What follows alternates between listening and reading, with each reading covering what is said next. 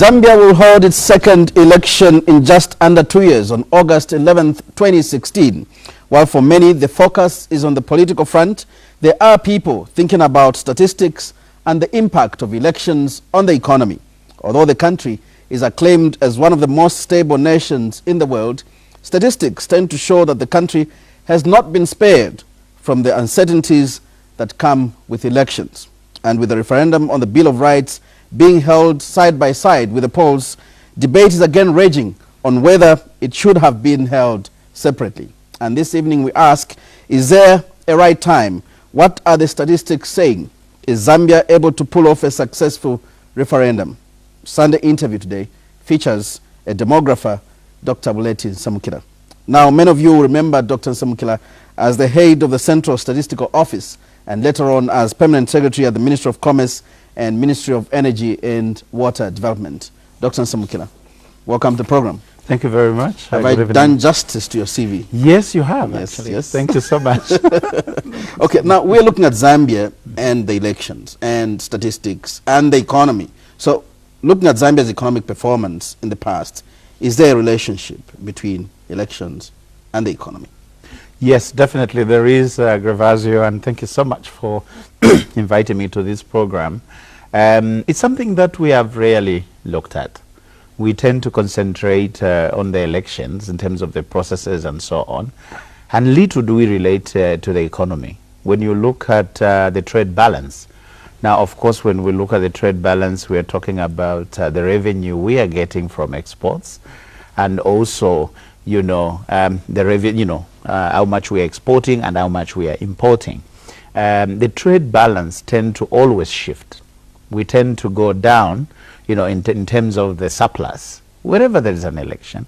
And of course, normally what tends to happen is the economy we have is quite fragile. It's very dependent on the copper and the minerals and so on, not very diversified.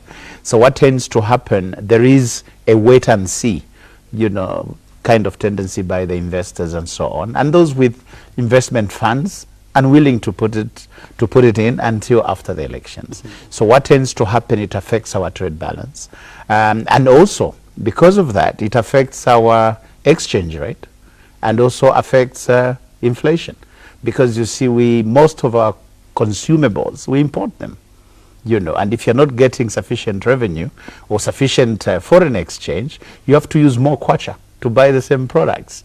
You see, so what it tends to happen is it becomes inflationary. So if you look at each election and you look at those economic indicators, they tend to be affected. And also what has actually worsened it is when we had the 2008 by-election. We just came from an election in 2006, and then we had a presidential by-election when we lost we lost Dr. Manawasa. Again, look at the indicators.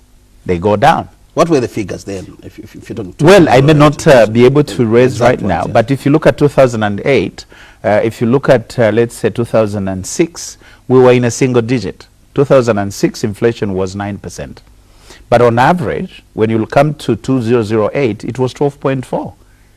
Of course, there were some months when it was single digit, but when you look at the average for the entire year of 2008, it was actually 12.4%. And since 2006, in terms of average for the whole year, actually it has been double digit. Now what has happened is that in terms of inflation, 2011 it was 11.4%.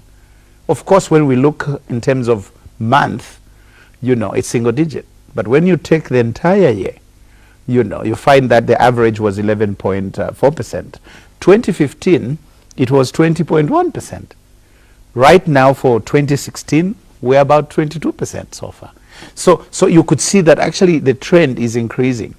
But the elections, like the by-elections we had in 2008, worsened the situation.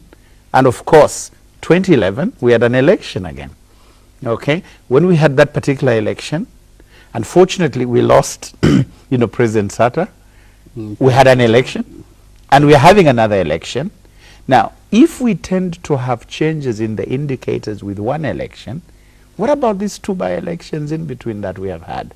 What is the situation? Of course, this has been compounded by the commodity prices, by the demand of copper in China and other countries, you know. So these has compounded the situation that we are in. So what do you say, as from a government official, as a demographer, a person who really understands these statistics and economic issues, would you say elections are bad for an economy?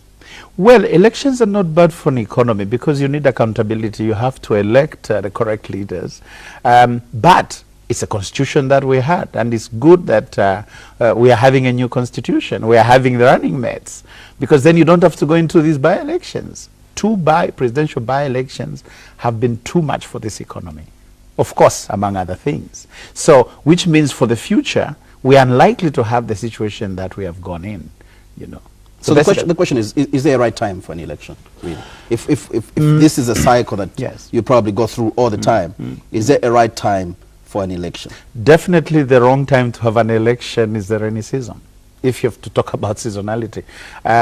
Because not in terms of movement, of course, but in terms of the economy and in terms of all the fundamentals and economic indicators. Yes, right when places. you plan an election, you know, the way we have, you know, 2001 you have an election, 2006 you have an election, and so on, every 5 years, it's okay. But there are elections that you don't plan for. For example, we never planned for 2008. We never planned for the 2015.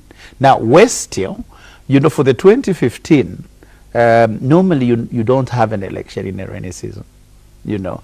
And for the 2015, because of the constitutional provision, it had to be done within 90 days. And then that 90 days had to be in the rainy season.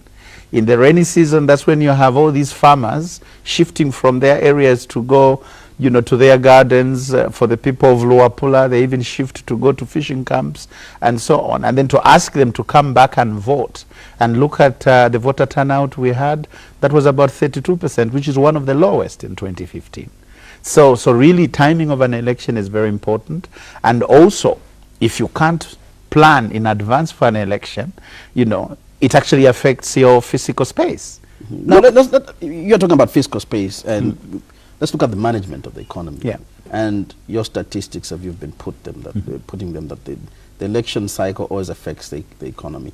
What causes this? Is this the way? Is it the way the economy is managed? Does the government at that point have so much pressure to move resources? Is it about policies? Is it about the political rhetoric? What causes it? Well, thank you so much, Grevazio, and your question is quite loaded.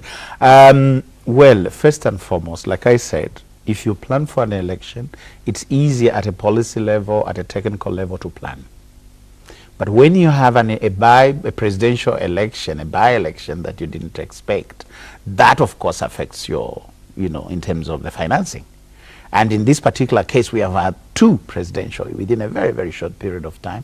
That affects us. Of course, largely, we have a very, very fragile economy. I think basically that's what it's saying. It's an economy that depends entirely on external forces. External forces in the sense that, for example, 2010, that's when we had the peak of trade balance in 2010. Immediately we started going into an election in 2011, you know, the surplus started declining. Between 2011 and 2015, the surplus had declined by over 90%. Over 90%. By the time we were having elections in 2015, we were actually in the negative. The trade balance was negative. Somebody may argue that between 2008 and probably 2011, we could have planned that election, but we still, why did we go down in terms of trade balance? No. Well, in fact, planned between 2008 yes, and 2011. In fact, from about 3 years 2006, for we were actually election building up. You could see the trend of building up the trade balance. Of course, it takes long to build. And also that depends on the macroeconomic stability. And we started having the macroeconomic stabilities, as you saw in 2006, and you could see we had the single-digit inflation in 2006, and we started building the trade balance. The peak was 2010. Immediately we went to, of course, having said that, within these elections, it keeps fluctuating. As you have an election year, you know, it's affected and so on. But 2010, we had the peak. Now, immediately you start going towards the 2011, it started going down, but it should have gone up. You see what I mean? But what happened in terms of the trade surplus, it started going down because we're going for an election. Because everybody is holding, what happens? And most of the investments, look at the mines. And much of the revenue is from the mines. And what happens is that it started going down. There was a new government, okay, fine. And before we could stabilize, we lost our president. You see what I mean? So again, it continued going down in terms of the trade surplus. And then from there, another election, 2015. And by the time, to be honest with you, and poor President Lungu, by the time he was taking over, we were in a trade minus, 53 million, kwacha minus.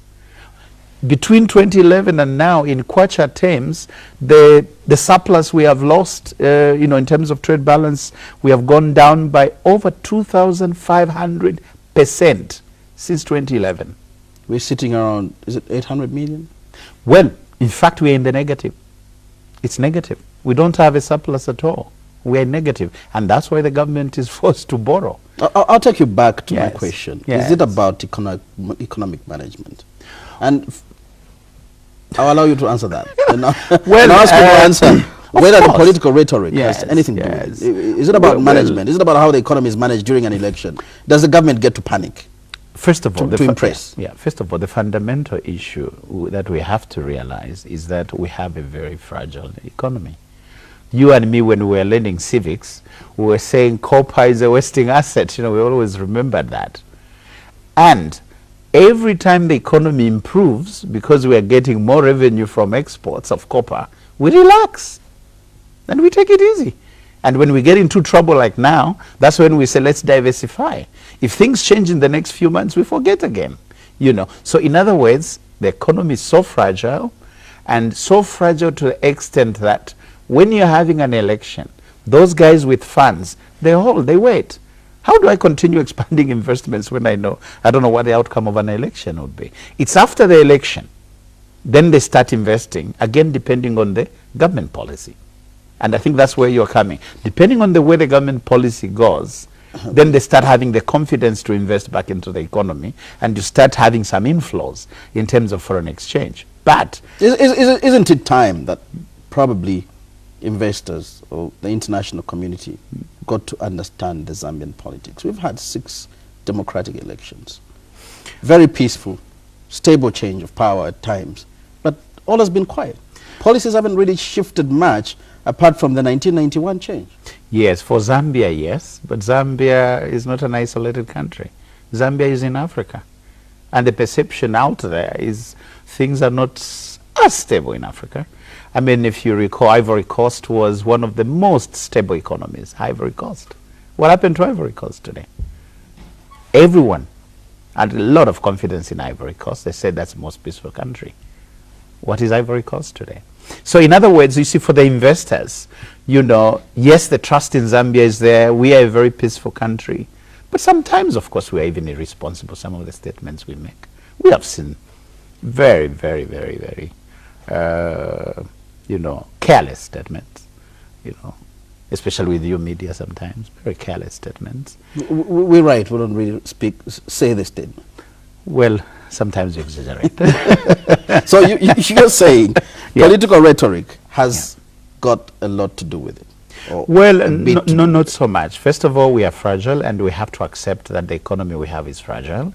And on the basis of that, the political rhetoric must be correct, and must be based on the situation, and must be based on the numbers. And that's why we have to be very careful during an election year. Like I said, we have lost the trade surplus. We're actually in deficit right now. It's going down still. It's not peaking at all until the political situation in terms of an election stabilizes and everybody sees, oh, okay, so these are now the policies we have. And I can tell you, Grevazio, we are still in the trough until probably mid of 2017. Not a bit positive, though. Not too long from now.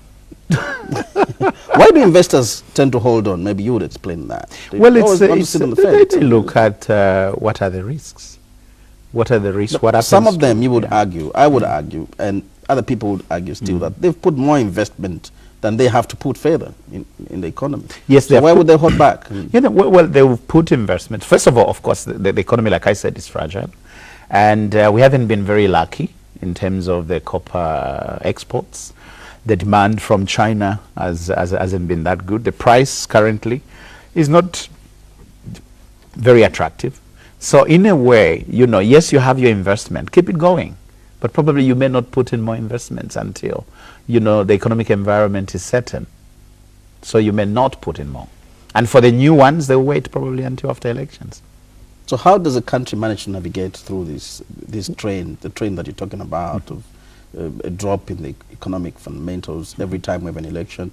How can we navigate, be able to exercise our democratic right and still keep our economy afloat?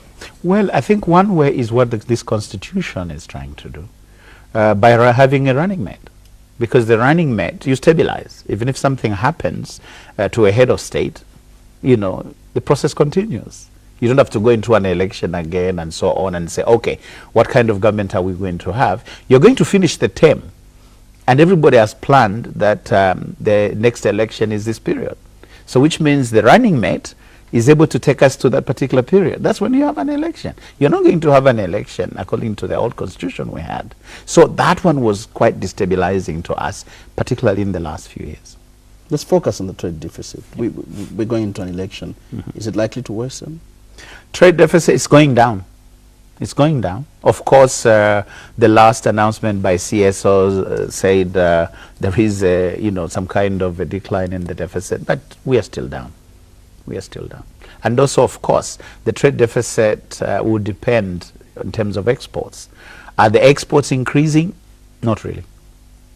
Look at the price. I was going to ask, are we expecting, you talked about a positive picture post 2016 elections into 2017, but there are other fundamentals apart from the elections affecting the trade deficit. We're looking at low commodity prices. Yes, low commodity prices, but we hope it can peak. But internally there are certain things. Once you put the policies, you see, after an election, whoever of course comes into power, what happens is that the kind of policies they will put in place, the kind of environment they will create, will somehow stabilize and be able to bring in investors who were on the fence. They'll start coming in to say, oh, after all, things are okay. Zambians are peaceful. Let's move in.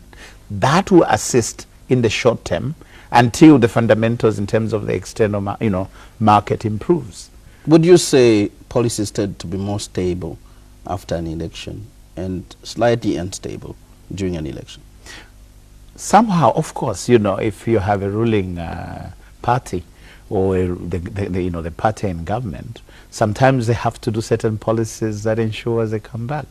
You're not going to make difficult decisions during an election period. So yes, policies sometimes are affected by, most of the time, by an election period, yes. So more stability after an election? Much more sober, much more sober. Now, ideally, you've been in government, you've been at commerce even. Ideally, what is considered as an ideal economy in modern times is one which is private sector led. Yes, and we've done that as a country. Shouldn't we be getting benefits? And trade balance, trade surplus should be part of the benefits. Yes, and let me give you a very simple scenario that probably even my grandmother in the village would be able to understand. You see, what we have been basically going on is that we are not exporting much, so we are not getting the foreign exchange that we need. But at the same time, Zambia consumes almost everything is imported, including the toothpick, including matches you import from Tanzania, you know, China. Matches, you know. So what tends to happen is that because we consume so much and we have this little kwacha, and because the exchange, you know, when we had from 5 kwacha to 11, in other words, you need more kwacha to go and buy that toothpick from China or from South Africa. So you need more kwacha, so you put more pressure on the kwacha, you see, because you're getting very little money from the exports of copper. You're not getting much of that revenue, and that's why we have a deficit. So what do you do to sustain your economy? You have to borrow, and that's why we had to borrow. Now, the little money that you borrow, okay, as an economy, you spend it on the consumption because you are buying things that you should be producing. But so you are losing that foreign exchange that you have. And what happens then? because of the change, you know, if you see the way inflation changed between September last year, September and October, it moved from 7 point something percent to 14%, doubled from September to October. 100%. Why? Yes. Why? Because there's a change in the foreign exchange kind of scenario. And what you had now is a certain item you are getting at this price. Now you need more kwacha to buy the same item. Now there was something interesting in Mansa. You know, the charcoal burners were asked and said, look, this charcoal, you're just cutting the trees in the bush, and why are you increasing the price? Because this is just from the bush you bury, you know, and you make charcoal. Now, why have you increased the price of charcoal? Because there's no foreign exchange involved in the charcoal. And the charcoal burner in Mansa said, you know, when we come to sell a bag of charcoal, we know how much money we get. From there, we go to ShopRite to buy salt, sugar, and so on. Those things, you know, and once we buy those things, the price has gone up. So if I don't increase the price of charcoal, I'm not going back home with the items that I buy from ShopRite. You know, they come from all these remote villages. It's a knock-on effect. Yeah. So which means what we are importing, because of the exchange rate, the prices go up. So even the content in our manufacturing, you know, in terms of a cost, increases. Because when you're getting all these raw materials to produce items, you know, your cost of production increases and you're not competitive. And sometimes that's why we are saying, why are we not making toothpicks? Probably it's cheaper to import from China than make a toothpick here. When we have the trees. Yes, but the machinery you want to use, you have to import using the foreign exchange. So maybe I should ask this question. Yeah. Why has the nation failed to do the right thing? And the right thing is in this case would be developing the manufacturing sector. Yes, and you know, sometimes, like you talked about the rhetoric, sometimes we feel mining is going to bring jobs. You'll be so surprised that less than 1% employment is in the mining sector. Less than 1%.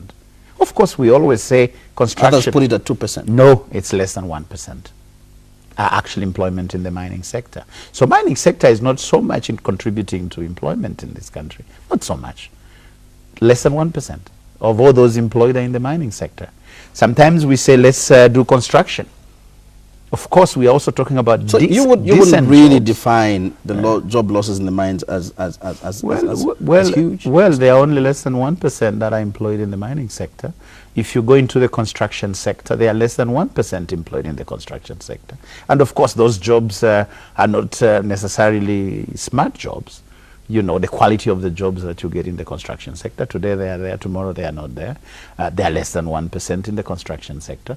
So there's a manufacturing hasn't changed at 9% for a long time. It has been stagnant, you know, for some time. So it's been government after government not really not pushing the manufacturing sector. From the beginning. Why are we not doing and that? 67%. It now gets to the nation. Yes. Why as a nation are we not doing that? 67%. Why are we not moving into the manufacturing sector? 67% of our jobs are actually in the agricultural sector.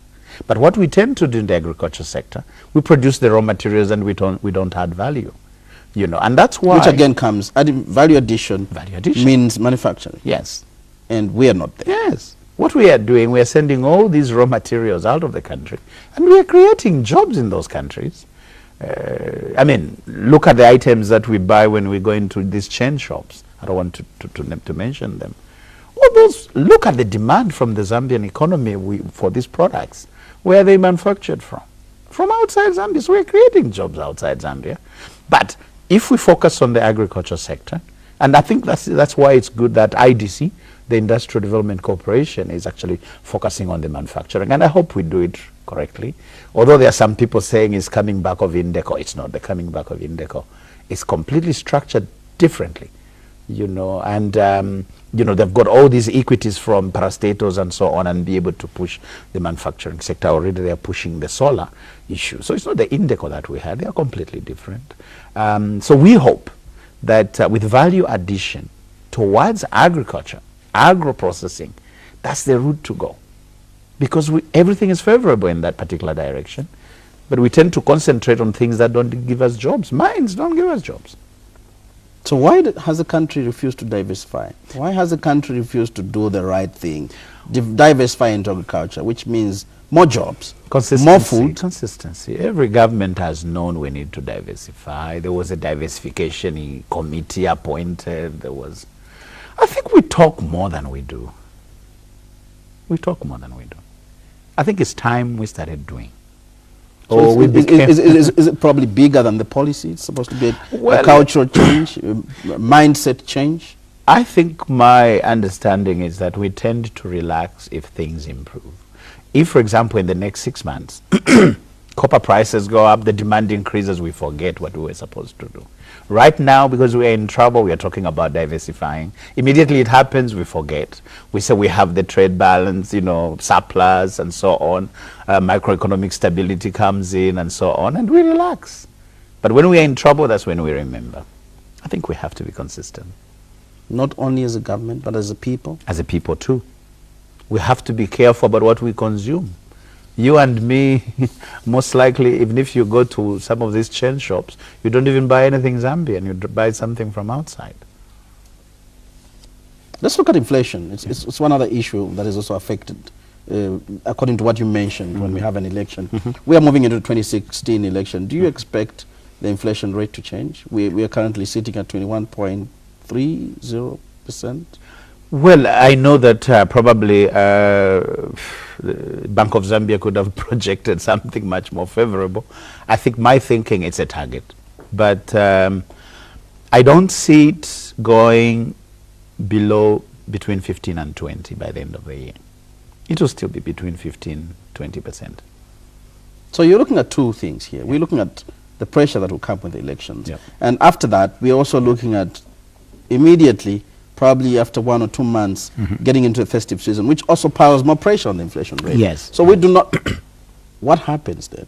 Yes, you see, what tends actually to happen is that whenever you have some decline in inflation, around September, October, November, December, it goes up because we are moving towards the festive season and we start importing all those nice things we want to have from outside the country. So we put much more pressure on the kwacha because we need more kwacha to buy those items for the festive period. And that's the time normally we tend to have even a double digit. Even in a year of a single digit inflation, if you take a year average, that's the period that tends to increase. For example, 2007, we had overall a single digit, but when you take the entire year, it was 10.7. It was a double digit. 2008, it was 12.4 if you take the average. Why? Because during the September, October, November, December period, inflation goes up. Because we tend to put so much pressure on the economy for the sake of our foreign consumptions. What we like most, we want to get them from outside. And you push. So what happens is that after the elections, of course, one of the things that will happen is that we have the 7th National Development Plan that is coming, consultations happening. And of course, with the government now will be there. There'll be probably new members and so on and consultations. But not only that, we have to do the budget because the budget starts implementation in January. And at the same time, we're going into the festive period.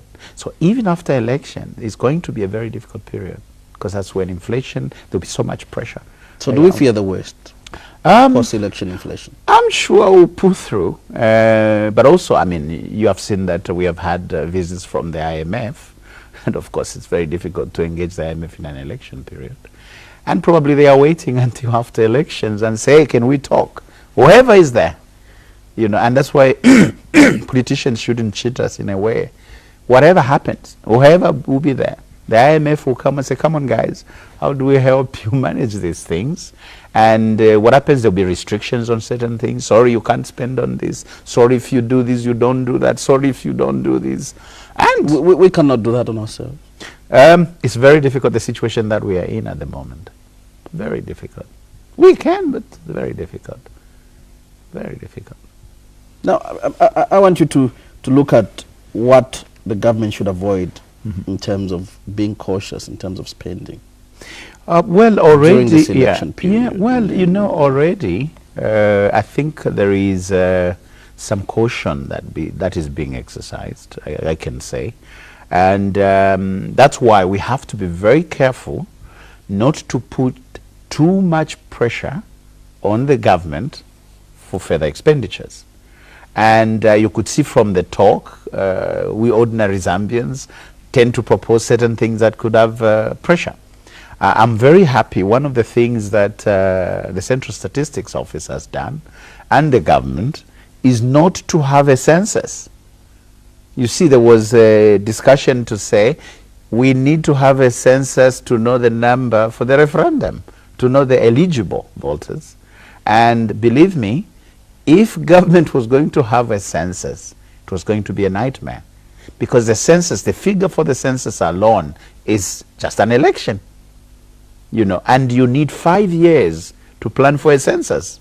You don't plan it in a day. You need 5 years. Some people were saying, no, let's have a census to have the number for the eligible. Just one figure to tell you eligibles are 7 million Zambians.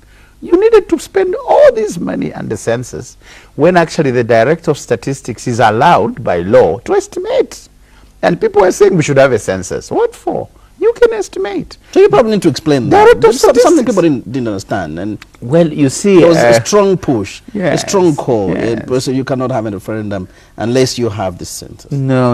It doesn't say that. Even in the Constitution, the last Constitution, it doesn't say you need to have a census.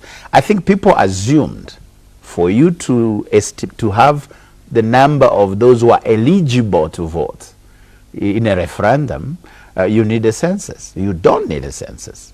And I'm glad that CSO and government have been able to estimate. Now, can you imagine if they went by a census? We would have put too much pressure on the economy again in terms of the fiscal space. Now, of course, this comes into the issue that others are saying. Of course, now we are seeing the conflict. Others are saying, no, you shouldn't have a referendum with an election. So you are basically saying, within probably next year or in the next 5 years, we should have another referendum, which is another big elections expenditure. Come on, I mean, let's look at the economy, let's look at the resources that we have. Do we need another election? Because the referendum is an election. The amount of money you spend on a referendum is the same amount you spend on another election. You know, if we could avoid the census, that was good. It's estimated. It's within the law. We know the figure of the eligibles. We avoided cost. That was prudent enough.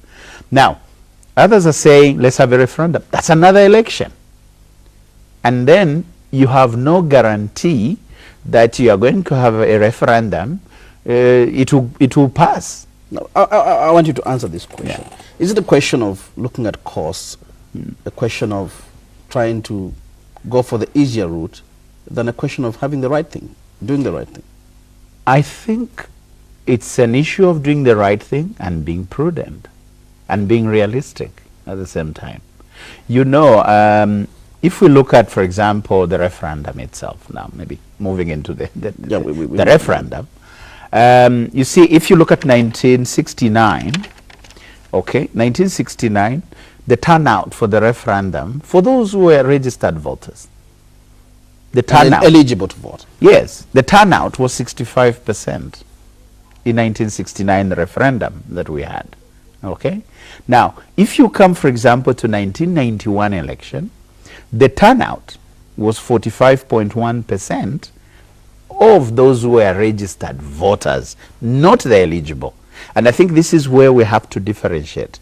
Eligible means that cousin of mine who has no NRC, who has no voter card, is eligible.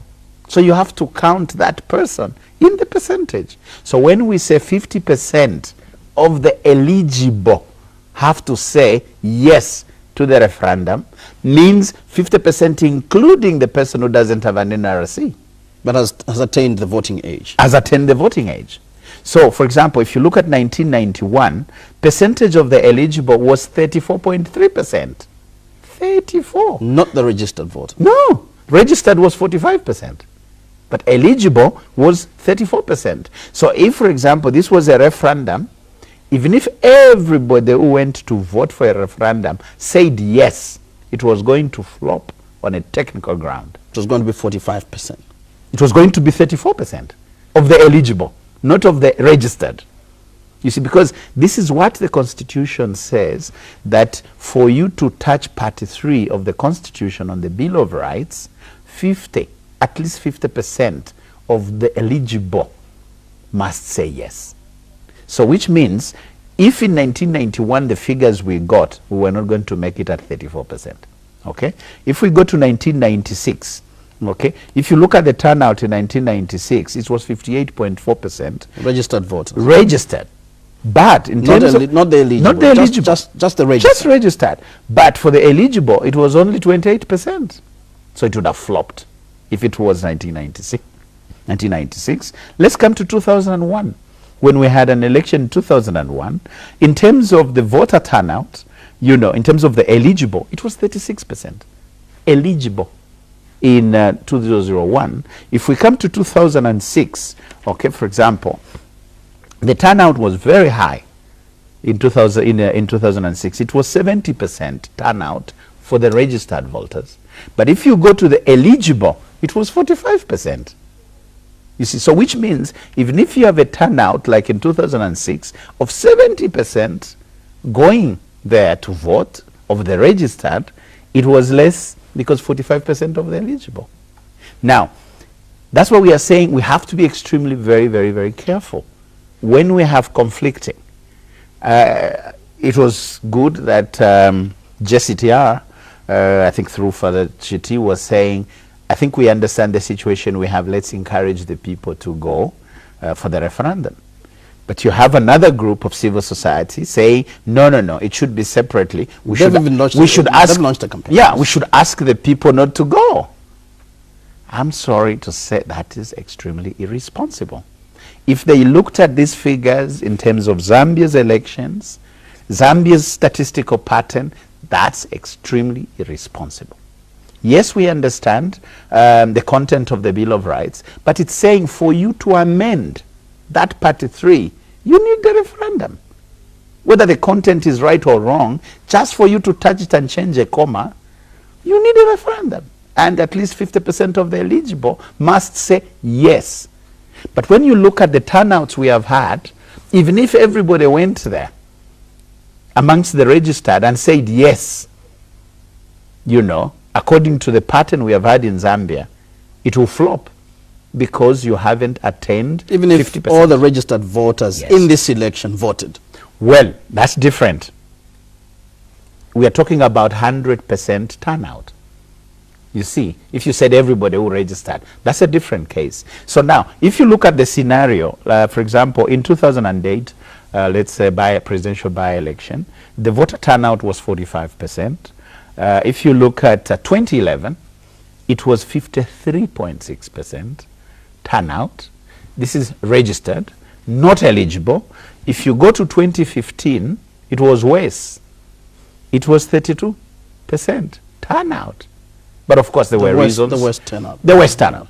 Okay. So now already the Electoral Commission of Zambia is saying for the voter verification, those who went for verification, it was around 30%. Okay. So the question then is, if you separate the referendum and make it separately, the performance is likely to be worse. You know why? During an election, councillors are telling people, go and vote for me. Okay? Members of parliament, presidents are saying, go and vote for us. All the parties are saying, go and vote for us. You are likely to have a higher turnout than when it's just a referendum. Go and vote, it's a referendum. You know, there's no councillor, there's nobody to push everybody to go and vote. And that's when you want to have that referendum. Definitely it will be a flop. But for now, we have, a chance to mobilize our people to go for the referendum. I know we have 2 months. That's a long time. That's a long time to mobilize people. Although civil society is saying that. Why? Use the structures. I think all the political parties have what they call the branch. They have the sections. They have the wards. They have the constituency. The members of parliament, the councillors, all these aspiring candidates that are in the field. Use them. Traditional leaders, talk to them. Let them encourage everybody to go. And if we use the existing structures, it's cheaper to achieve a higher turnout. Now, if we need a higher turnout, for example, the turnout in the last election was 32. If, for example, half of the registered voters go to vote this year, still we won't manage for the referendum. It will flop. So we need to achieve 56% turnout for us to achieve the referendum. Even 52%? In fact, 56, if there are even others who say no, then you won't. So basically, let's talk about 60, 70% turnout. So what we are saying, instead of saying, no, let's have the referendum differently, let's use the opportunities that are here now. Most of these aspiring candidates, councillors, whatever, they are on the ground, mayors and so on. I think it's a movement that will push most people to vote. Let civil society, they have community-based organizations that they can use to mobilize the people. If we do not achieve 70%, 60, 70% turnout, even if everybody would go there to say yes for the referendum, it will flop on a technical ground because we wouldn't have achieved 50% of the eligible. The argument on the other side, though, is less to do with anything about figures. For some of them is that the content will not be really protected in terms of people understanding it. They're saying the referendum will be overshadowed by the politics. First of all, isn't that valid? Yeah. Well, it's a valid point. It's a valid point. We have been talking about rights, the right to this, the right to that. And one of the challenges with Part 3 of the Constitution that we had, yes, we had these rights, but they were not justiciable. In other words, you could not take those responsible to court for not respecting your rights. And I think that has been the argument by, rights movement, including the United Nations and so on, that I think we need to amend the Bill of Rights, which is Part 3. But for you to even change the content, you need to go to a referendum. That's paramount. So what they are saying is, yes, let's look at what the content is. But for you even to start touching it, you need a referendum to say, yes, let's amend. So the referendum is the most important. Have it. Then talk to your members of parliament to include the right thing. Because without the people saying, yes, amend, you won't go anywhere. So the most important is, let's have a referendum that says, yes, let's amend. It's after we have said yes to amend that we can have the right stuff in there. But for you to do that, you need 50% of the eligible. Which, if you start conflicting as civil society and saying, no, let's have a campaign against, then what happens? You're not going to have any referendum which will succeed. Even in the next 5 years, whatever mobilizations you do, looking at the past statistics for elections, it won't happen. The best chance it has is actually to do with the election because there are other stakeholders that are pushing everybody to go, to vote. So statistically and in terms of mobilization, how do we avert a collapse in the referendum? First of all, government has to really assist in terms of mobilization, in the sense that government is spending so much money on the referendum already on this election. So the best is, how do we use the structures on the ground to make people to move? 2, aspiring candidates. They are the ones, for example, members of parliament who have been in parliament to actually discuss the Bill of Rights. Let them encourage everybody to move and go to vote. Chiefs have a lot of influence, traditional leaders, and they are headmen. And the headmen know who is registered in that village. Let them encourage who is eligible, even if they're not registered. But well, yes, they know who is. Yeah. So and 2 months is enough to actually use the grassroots.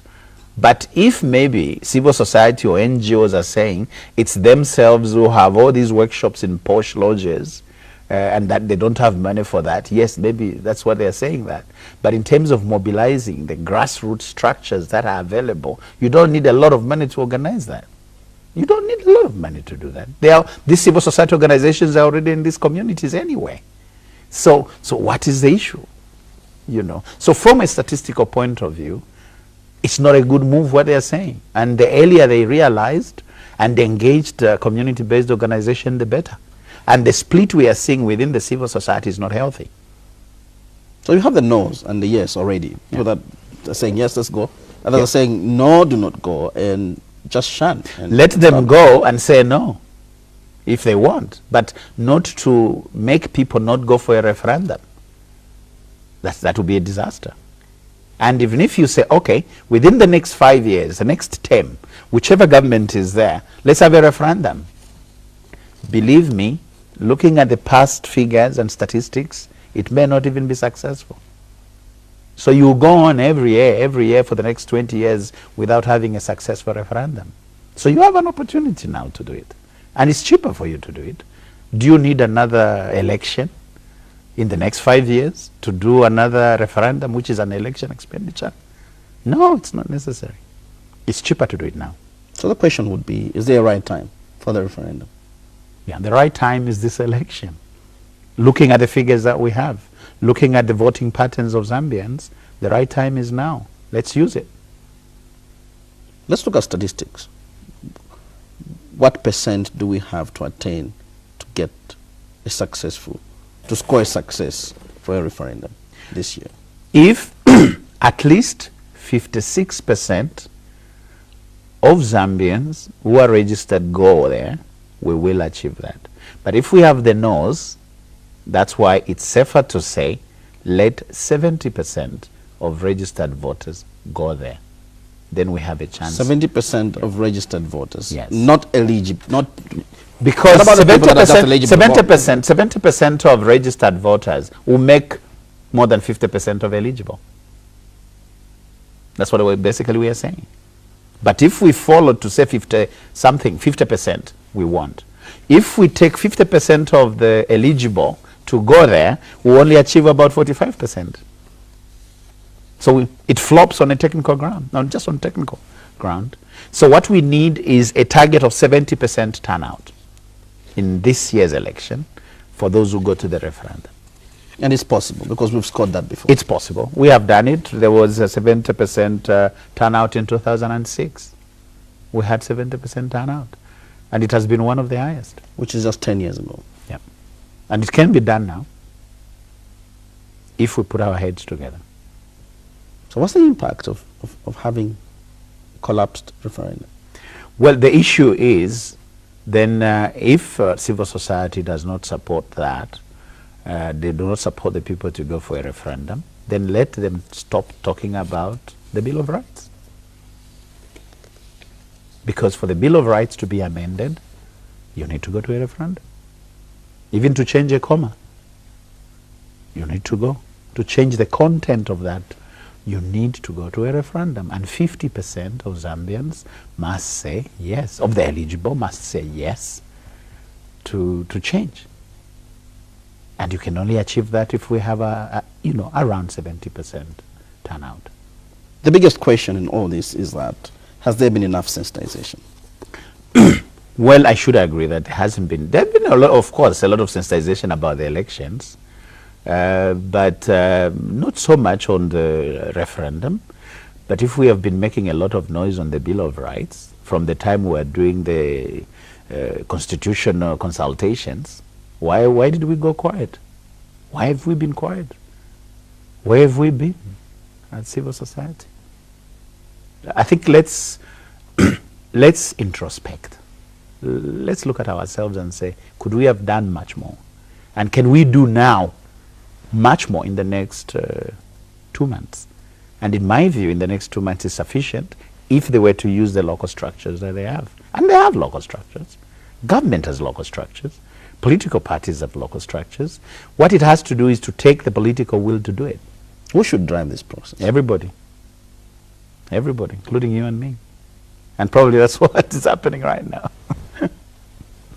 So we're looking at statistics, the election, and in terms of number of turnout, in terms of statistics, how does that sit with the 50% plus one? Does it have any impact on that? Yes, it does. It does.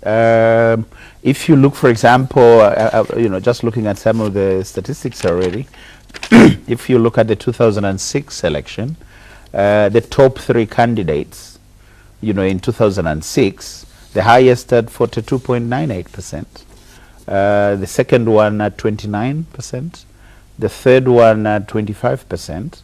So, according to 2006, when we had a turnout of 70%, none of the top three had 50%. The highest was nearly 43%. Okay? That's one lesson. Two, if we go to 2008, I think we had again three top, because you see, when you look at the top three in 2006, the others I don't want even to talk about it because they didn't even make 3%. All of them combined. If you look at 2008, again, all of them apart from the top three, they didn't even make, they just made 2%. So they don't matter so much. But the top three, again, the top had 40%. The second one had 38%. And another one 19% amongst the three. So already no one achieved the 50%. If you come to 2011 elections, the turnout was 53.6%. The highest, there were three again, top ones, the highest at 42%. So in other words, since 2006, we have never had the highest in 2011, up to 2011, who had more than 45%. It's only when we came to 2015, there were only two top contenders. That's when the highest at 48% and the second one at 46%. The others made up only 5%. So my assumption is that when we look at the elections we are going to have, we are going to have probably two major contenders, if not three. I doubt, if the turnout is not good, I doubt whether we're going to have 50+1 in the first round, looking at these statistics. But going at the tightness of the election, yeah. 2015 was tight. Yep. Two contenders. Yes. 48%. 48%. Yeah. 2016. Yeah. 50% probably. 52%. Well, the question is, yes, I agree, because probably the top contenders, yes, one could get about 50% with a high turnout. Because you see, during this time when the top had 48%, the turnout was 32% in 2015. I know it's going to improve because this was in the rainy season. It was a very difficult period to have an election anyway. And apart from this, which has been the lowest, the minimum turnout we have had always is 45%, around there, 45% on average. So if we have that turnout, 45%, well, it may not be able to, but at least 50% and above of the registered voters going to vote will be okay. But to be safer, 60% turnout would be good, would have achieved the referendum, most likely. Two, would have achieved the issue of the 50+1 on the first round. Without a rerun. So Without a rerun. The bigger message out of all this is that everyone must push everyone to go and vote. Let everyone go and vote. Dr. Nsemukila, it's been a pleasure having you on the show. Thank you very much. Thank you very much, Mr. Zulu. Thank you. Well, you've been watching Sunday Interview, and our guest this evening was Dr. Buleti Nsemukila, a demographer, former permanent secretary, and former head of the Central Statistical Office. I'll be back with another exciting topic next week, same time. Pleasant viewing.